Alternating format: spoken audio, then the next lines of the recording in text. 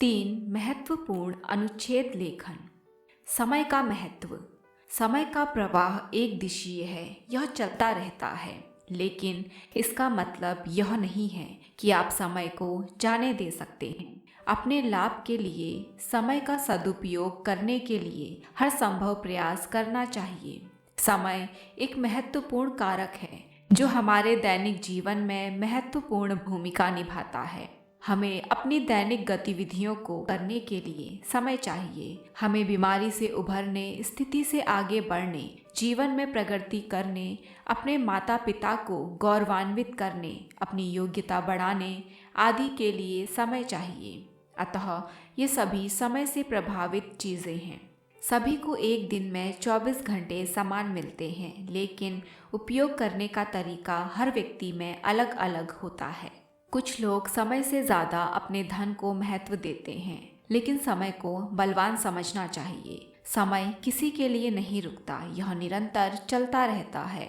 यह समय ही है जो हमें धन, समृद्धि और खुशी प्रदान करता है। समय का केवल उपयोग किया जा सकता है, कोई भी समय को खरीद या बेच नहीं सकता।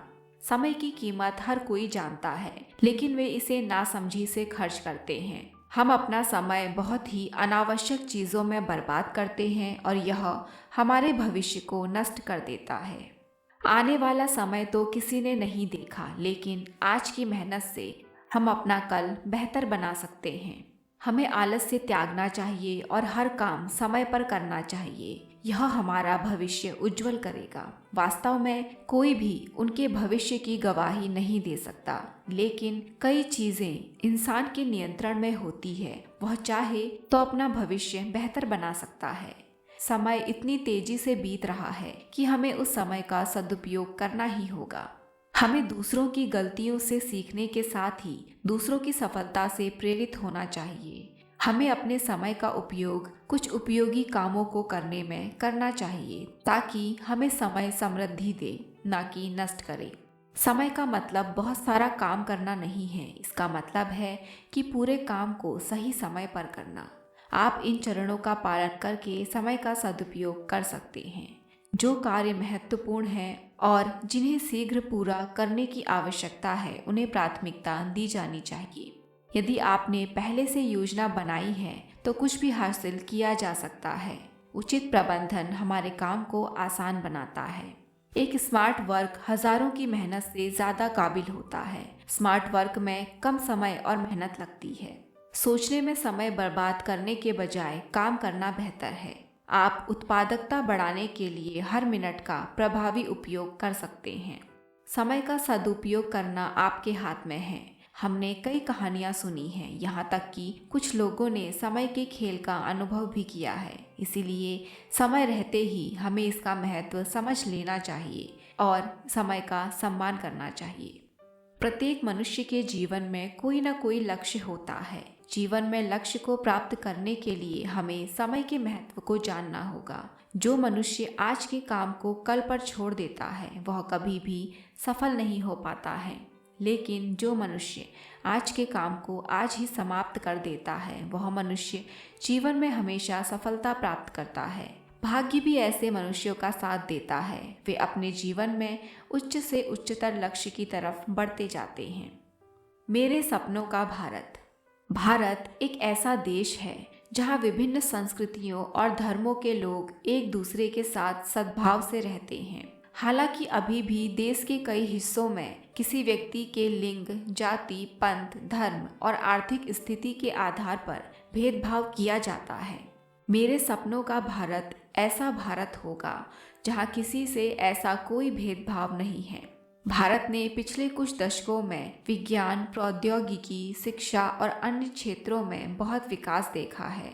मैं एक पूरी तरह से विकसित देश के रूप में भारत का सपना देखता हूँ, जो न केवल उपर्युक्त क्षेत्रों में उत्कृष्टता हासिल करेगा, बल्कि अपनी सांस्कृतिक विरासत को भी बरकरार रखेगा।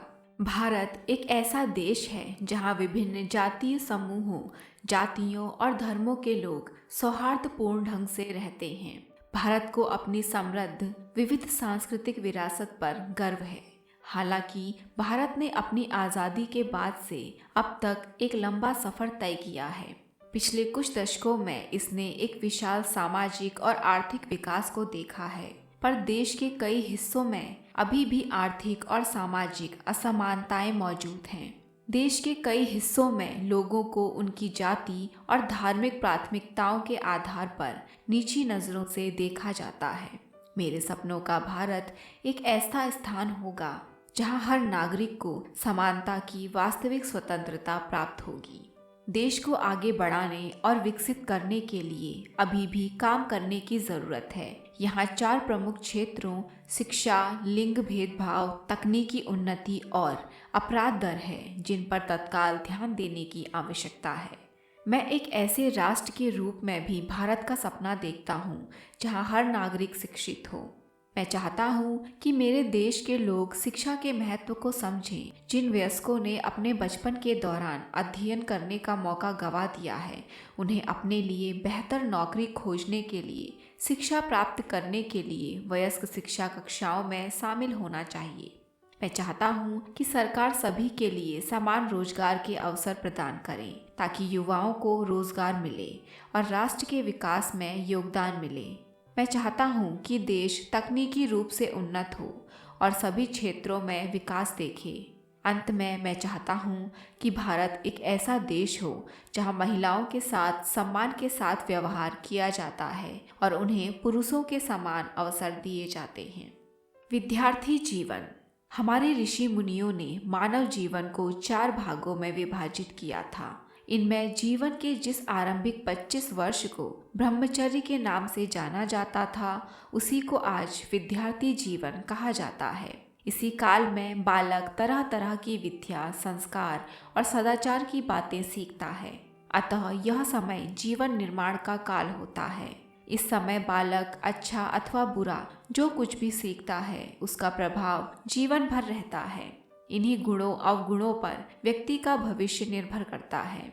विद्यार्थी जीवन विद्यार्जन का काल होता है। इसके लिए जिज्ञासा, नम्रता, सेवा तथा कर्तव्य की भावना का होना आवश्यक है। कहा भी गया है, काका चेष्टा बको ध्यानम, श्वान निद्रा तथैव च, अल्पाहारी गृह त्यागी, विद्यार्थी पंच लक्षणम।